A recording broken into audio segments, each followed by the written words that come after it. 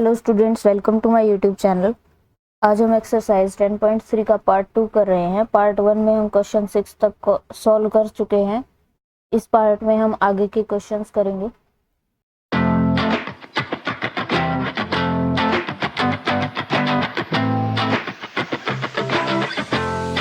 Question number 7 is the length of rectangle is 35 metre longer than its breadth if the perimeter of rectangle is 130 metres, find its area. हमारे पास एक rectangle given है। Suppose ये rectangle है हमारे पास, और इसकी लेंथ जो है वो ब्रेड्थ से 35 मीटर्स लॉन्ग है। अगर हम ब्रेड्थ को माने x, तो लेंथ होगी हमारे पास 35 मीटर लॉन्ग, यानी x में अगर हम ऐड कर दे 35, तब हमारे पास लेंथ की वैल्यू आ जाएगी। और हमारे पास पेरीमीटर दिया हुआ है 130 मीटर्स, और एरिया फाइंड आउट करना है। तो पहले हम पेरीमीटर की हेल्प से लेंथ और ब्रेड्थ दोनों फाइंड आउट करेंगे, उसके बाद एरिया फाइंड आउट करेंगे। तो पहले हमने जो x माना है ये इसको स्टेटमेंट में लिख लेते हैं हम। So let breadth of rectangle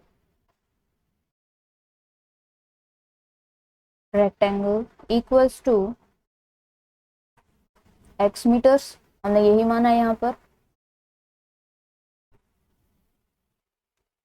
तो उसके बाद लेंथ कितनी हो जाएगी, 35 मीटर्स लॉन्ग है। So length of rectangle equals to, जो ब्रेड्थ है वो x मीटर्स है, और गिवन है हमारे पास कि लेंथ ब्रेड से 35 मीटर्स लॉन्ग है, यानी कि x प्लस 35 मीटर्स हो जाएगा। जो हमने यहाँ पर लिखा है वही यहाँ पर लिखना है, x प्लस 35 मीटर्स, ऐसे लिख सकते हैं। और पेरीमीटर गिवन है हमारे पास, perimeter of rectangle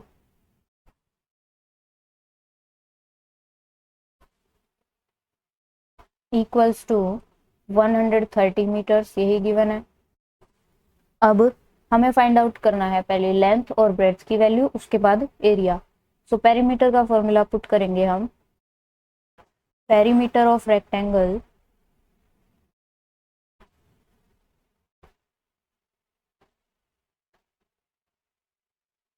equals to 2 multiply length plus breadth, यही फॉर्मूला होता है। अब वैल्यूज पुट करनी है। पेरीमीटर हमारे पास गिवन है 130 metres equals to 2 multiply length plus breadth. 2 multiply length हमारे पास हमने मानी अभी अभी x plus 35, so x plus 35 रखेंगे, और प्लस में ब्रेड्थ, ब्रेड्थ हमने x मानी है तो x रखेंगे यहाँ पर। अब इसको सॉल्व करेंगे।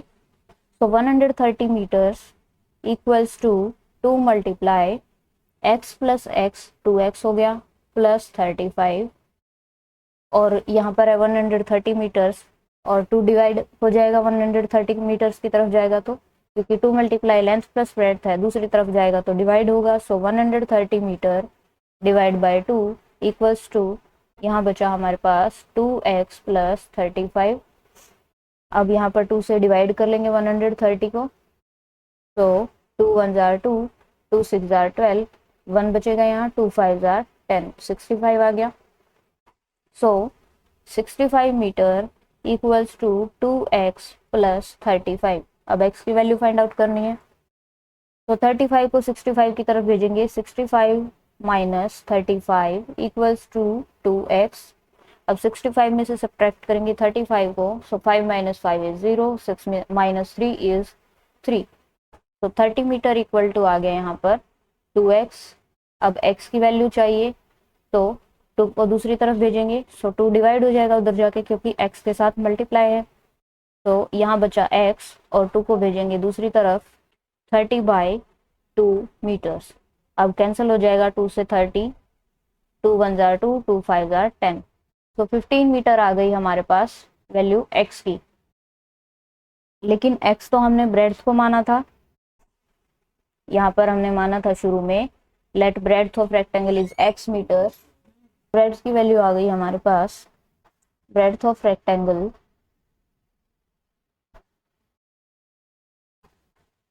इक्वल्स टू 15 मीटर्स, और हमने लेंथ को माना था x प्लस x+35 मीटर्स हमने ब्रेड्थ को माना था क्योंकि गिवन था कि ब्रेड्थ से 35 मीटर्स ज़्यादा है लेंथ। सो लेंथ आ गई हमारे पास x+35। So length of rectangle equals to x+35 metres था, तो x की वैल्यू पुट कर देंगे 15 मीटर्स प्लस 35 मीटर्स। तो 15 प्लस 35 यहाँ पर हो जाएगा 50। तो 50 मीटर आ गई हमारे पास लेंथ। अब हमें एरिया फाइंड आउट करना है। So area of rectangle equals to length multiply breadth होता है फॉर्मूला। अब वैल्यूज पुट करेंगे। सो 50 मीटर्स मल्टीप्लाई ब्रेड्थ की वैल्यू थी हमारे पास 15 मीटर। तो 15 5 are 75 and 0 as it is, metre और मीटर मल्टीप्लाई होकर मीटर स्क्वायर हो जाएगा। तो एरिया आ गया हमारे पास रेक्टेंगल का 750 metre square. Question number 8 is the length and breadth of a playground are 75 meters 20 centimeter and 34 metre 80 centimetre respectively. Respectively का मतलब है कि जो चीज़ पहले दी हुई है यानी कि लेंथ, और यहाँ पर जो पहले दिया हुआ है 75 मीटर 20 सेंटीमीटर, ये इसकी वैल्यू हो गई। और उसके बाद ब्रेड्थ की वैल्यू हो गई 34 metres 80 centimetre. Find the cost of levelling it at 3.50 rupees per square metre. यानी 3.50 रुपीज़ एक स्क्वायर मीटर का अगर प्राइस है तो उसको लेवल करने का, यानी हम मान सकते हैं कि उसमें मिट्टी डालने का, मिट्टी डालकर उसको इक्वल करना है पूरा, तो उसकी कॉस्ट क्या होगी। अगर 1 मीटर स्क्वायर का रेट है हमारे पास 3.50 रुपीज़, तो पहले हमें एरिया फाइंड आउट करना पड़ेगा और उसके अकॉर्डिंग हम कॉस्ट फाइंड आउट करेंगे टोटल। सो पहले हम लिख लेते हैं लेंथ ऑफ प्लेग्राउंड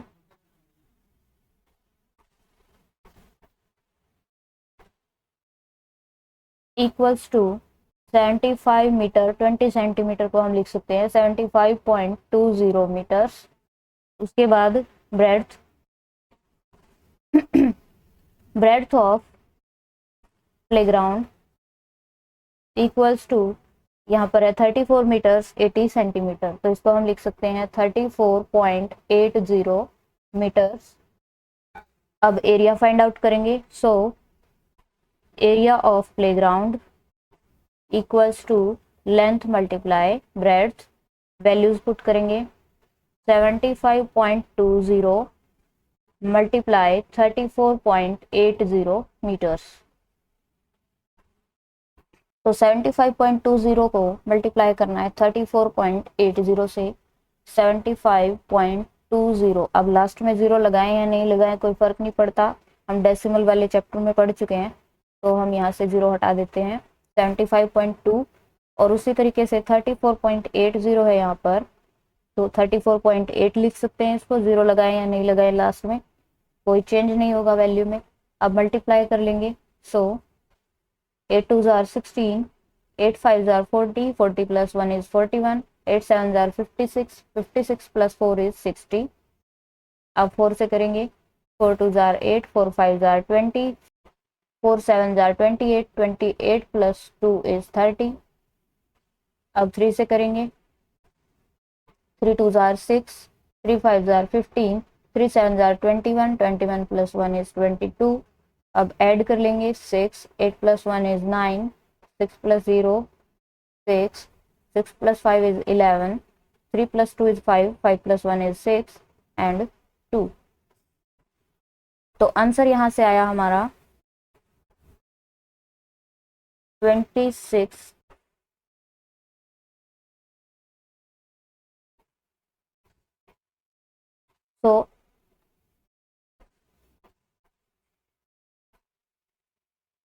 सो यहाँ पर हमारे पास एक प्लेस के बाद डेसिमल है 75.2 में, और 34.8 में एक प्लेस के बाद डेसिमल है, तो आंसर में हमारा 2 प्लेसेस के बाद डेसिमल होगा। तो अब हमारा आंसर आ गया यहाँ पर 2616 मीटर स्क्वायर। ये आ गया हमारे पास प्लेग्राउंड का एरिया। तो एरिया अब आ गया है तो हम कॉस्ट फाइंड आउट कर सकते हैं। Cost of levelling 1 metre square area, 1 metre square के लिए कॉस्ट दी हुई है 3.50 रुपीज, 3.50 रुपीज। सो हमारे पास 2616.96 मीटर स्क्वायर एरिया आया है। तो उसके लिए हम कॉस्ट फाइंड आउट करेंगे। Cost of levelling 2616.96 metre square area. तो 2616.96 मीटर स्क्वायर को मल्टीप्लाई करना है 3.50 रुपीज से। तो अब मल्टीप्लाई कर लेंगे 2616.96 को 3.50 से। तो 3.50 लिखें या 3.5 एक ही बात है। तो इसको हम मल्टीप्लाई करेंगे अब। 5 6 jar 30, 5 9 jar 45, 45 plus 3 is 48, 5 6 jar 30, 30 plus 4 is 34, 5 1 jar 5, 5 plus 3 is 8, 5 6 jar 30, 5 2 jar 10, 10 plus 3 is 13। अब करेंगे 3 से, 3 6 jar 18, 3 9 jar 27, 27 plus 1 is 28, 3 6 jar 18, 18 plus 2 is 20, 3 1 jar 3, 3 plus 2 is 5, 3 6 jar 18 और 3 2 जार 6, 6 प्लस 1 इज 7। अब ऐड कर लेंगे 0, 8 plus 8 is 16, 8 plus 4 is 12, 12 plus 1 is 13, 8 plus 1 is 9, 5 plus 0 is 5, 8 plus 3 is 11, 7 plus 2 is 9। अब यहाँ पर ऊपर हमारे पास 2 प्लेस के बाद डेसिमल है और 3.5 में 1 प्लेस के बाद। सो आंसर में हमारे पास 2 प्लस 1 इज 3, तो 3 प्लेसेस के बाद डेसिमल आएगा। तो अब हमारा आंसर आया यहाँ पर 9159.360। अब जीरो यहाँ पर लास्ट में लगाएं या नहीं लगाएं कोई फर्क नहीं पड़ेगा, आपकी मर्जी है। अगर आप लगाना चाहें तो लगा सकते हैं और रुपीज साइन लगा देंगे क्योंकि कॉस्ट फाइंड आउट कर रहे थे हम। तो ये हमारा आंसर आ गया है 9159.360 rupees. Next is question number 11. How many tiles whose length and breadth are 12 centimetre and 5 centimetre respectively, यानी टाइल्स है हमारे पास जिसकी लेंथ है 12 सेंटीमीटर और ब्रेड्थ है 5 centimetre, will be needed to fit in a rectangular region whose length and breadth are given। यानी कि एक रेक्टेंगुलर एरिया है, हम मान सकते हैं कि कोई रूम है, वहां पर फर्श लगाना है, तो ये साइज की टाइल है हमारे पास। तो हमें पता करना है कि कितनी टाइल्स आएंगी रूम में और रूम की लेंथ और ब्रेड्थ हमारे पास गिवन है। तो पहले हम रूम का एरिया फाइंड आउट करेंगे, उसके बाद टाइल का एरिया फाइंड आउट करेंगे। और अगर हम रूम के एरिया को टाइल के एरिया से डिवाइड कर देंगे तो हमें पता चल जाएगा कि कितनी टाइल्स लगेंगी। तो फर्स्ट पार्ट मैं करवा दूंगी, सेकेंड पार्ट आपको खुद से करना है। तो पहले हम टाइल की मेजरमेंट्स लिख देते हैं। Length of tile equals to, length है हमारे पास 12 सेंटीमीटर और ब्रेड्थ है, breadth of tile equals to 5 centimetre. अब एरिया फाइंड आउट करेंगे। तो area of tile equals to length multiply breadth, क्योंकि रेक्टेंगुलर साइज की है तो लेंथ मल्टीप्लाई ब्रेड्थ करेंगे। 12 सेंटीमीटर मल्टीप्लाई 5 सेंटीमीटर, तो 12 5 जार 60, 60 सेंटीमीटर स्क्वायर हमारे पास आ गया एरिया टाइल का। अब रूम का एरिया फाइंड आउट करेंगे। तो पहले लिख लेते हैं length of room equals to, room की लेंथ है फर्स्ट पार्ट में 100 सेंटीमीटर और ब्रेड्थ है, breadth of room equals to, breadth given है हमारे पास 144 सेंटीमीटर। अब एरिया फाइंड आउट करेंगे। So area of room equals to length multiply breadth. आप चाहें तो यहाँ पर कैपिटल लिख सकते हैं इसकी बजाय, क्योंकि यहाँ पर लेंथ मल्टीप्लाई ब्रेड्थ हमने सेम नोटेशन टाइल के लिए ली है, तो हम यहाँ पर कैपिटल लिख लेते हैं रूम के लिए।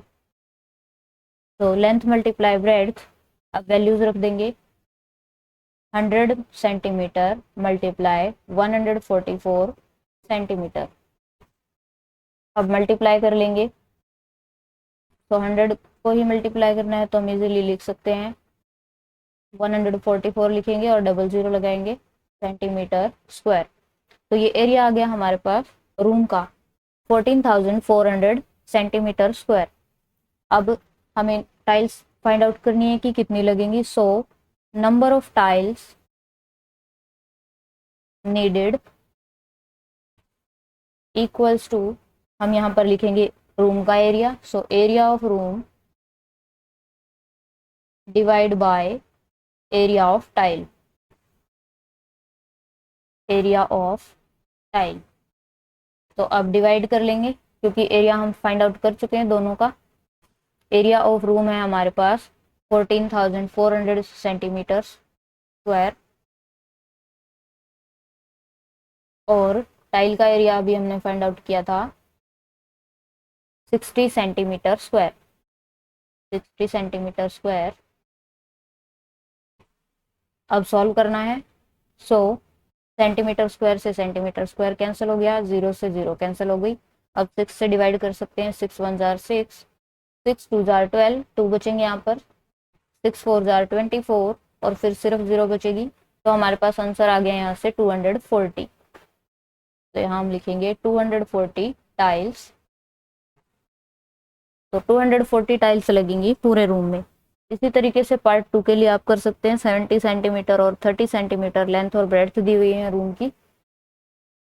Question number 15 which is the dimensions of rectangular courtyard are 12 metre by 9 metre, यानी लेंथ है 12 मीटर्स और ब्रेड्थ है हमारे पास 9 metres. It is to be covered with the square tiles of side 60 centimetre, 60 centimetre side की square shape की tiles हैं, उस पर उसमें बिछानी है वो tiles. Find the cost of covering the courtyard with tiles at the rate of 30 rupees per tile. अगर एक टाइल की कॉस्ट है 30 रुपीज़ तो हमें फाइंड आउट करना है कि उसमें जो टाइल्स लगेंगी उनकी कितनी कॉस्ट होगी। तो पहले हम क्वेश्चन नंबर 11 की तरह टाइल्स पता करेंगे कि कितनी टाइल्स लगेंगी और उसके बाद हम कॉस्ट फाइंड आउट कर लेंगे एक टाइल की कॉस्ट से। तो पहले हम लिख लेते हैं डायमेंशंस। तो length of courtyard equals to, length दी हुई है हमारे पास 12 मीटर्स और ब्रेड्थ दी हुई है, breadth of courtyard equals to 9 metres. तो एरिया फाइंड आउट कर लेंगे।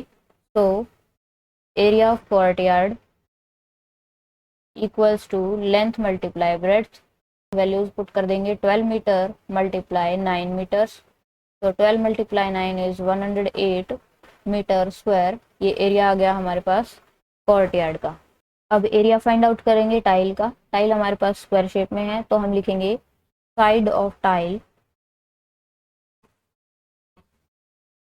इक्वल्स टू, साइड दी हुई है हमारे पास 60 सेंटीमीटर, 60 सेंटीमीटर। अब यहाँ पर ये सेंटीमीटर में है लेकिन कोर्टयार्ड का एरिया हमने मीटर्स में फाइंड आउट किया है तो सेंटीमीटर को हम मीटर में चेंज कर लेंगे। आप चाहें तो यहाँ पर पहले ही मीटर को सेंटीमीटर में चेंज कर सकते हैं, जिसमें भी आप करना चाहें, मीटर में या सेंटीमीटर में, दोनों में से एक को चेंज करना पड़ेगा। तो 60 सेंटीमीटर को अगर हम मीटर में लिखना चाहें तो हमें पता है कि 100 सेंटीमीटर इक्वल्स टू 1 मीटर होता है।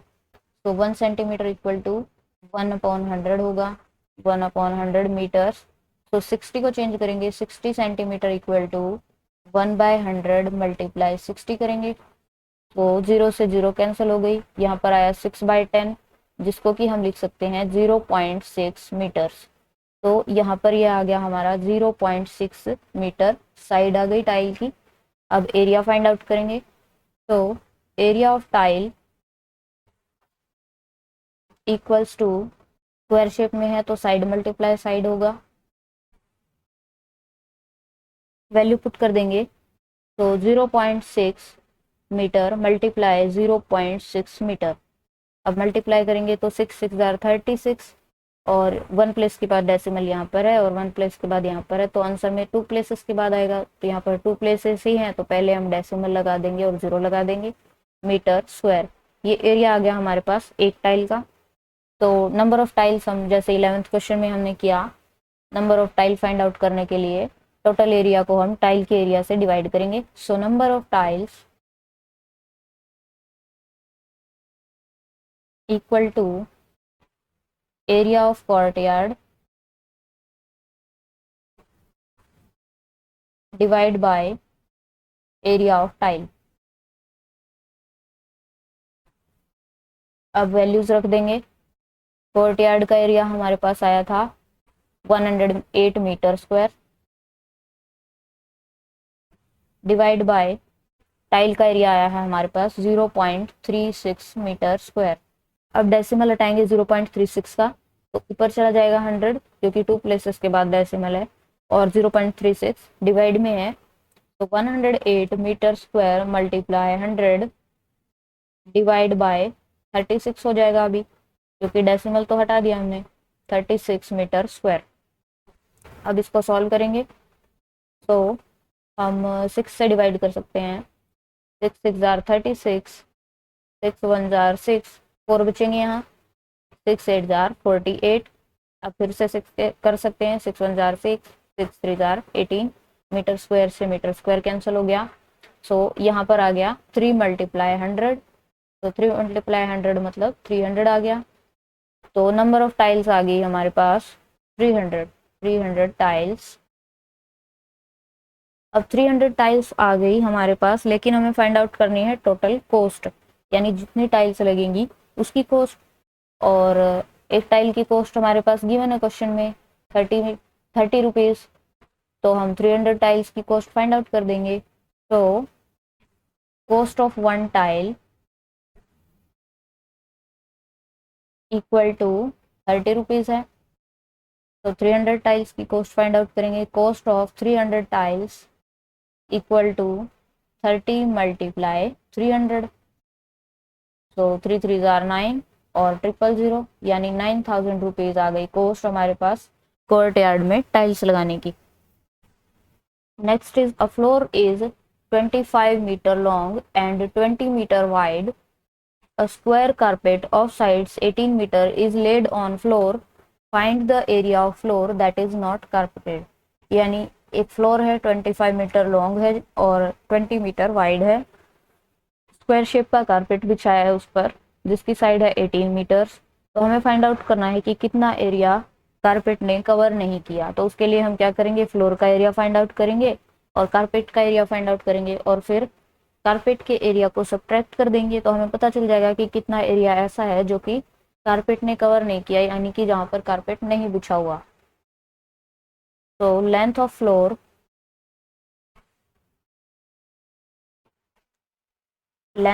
फ्लोर इक्वल्स टू 25 मीटर और ब्रेड्थ दी हुई है, breadth of floor equals to 20 metre. So area हम लिखेंगे area of floor equals to length multiply breadth करेंगे। सो लेंथ है हमारे पास 25 मीटर और ब्रेड्थ है 20 मीटर। 25 मल्टीप्लाई 2 इज 50 और एक जीरो यहाँ पर 20 में है। सो 500 मीटर स्क्वायर एरिया आ गया हमारे पास फ्लोर का। अब हमें फाइंड आउट करना है एरिया कारपेट का। अब कारपेट हमारे पास स्क्वायर शेप में है, तो हम लिखेंगे साइड ऑफ कारपेट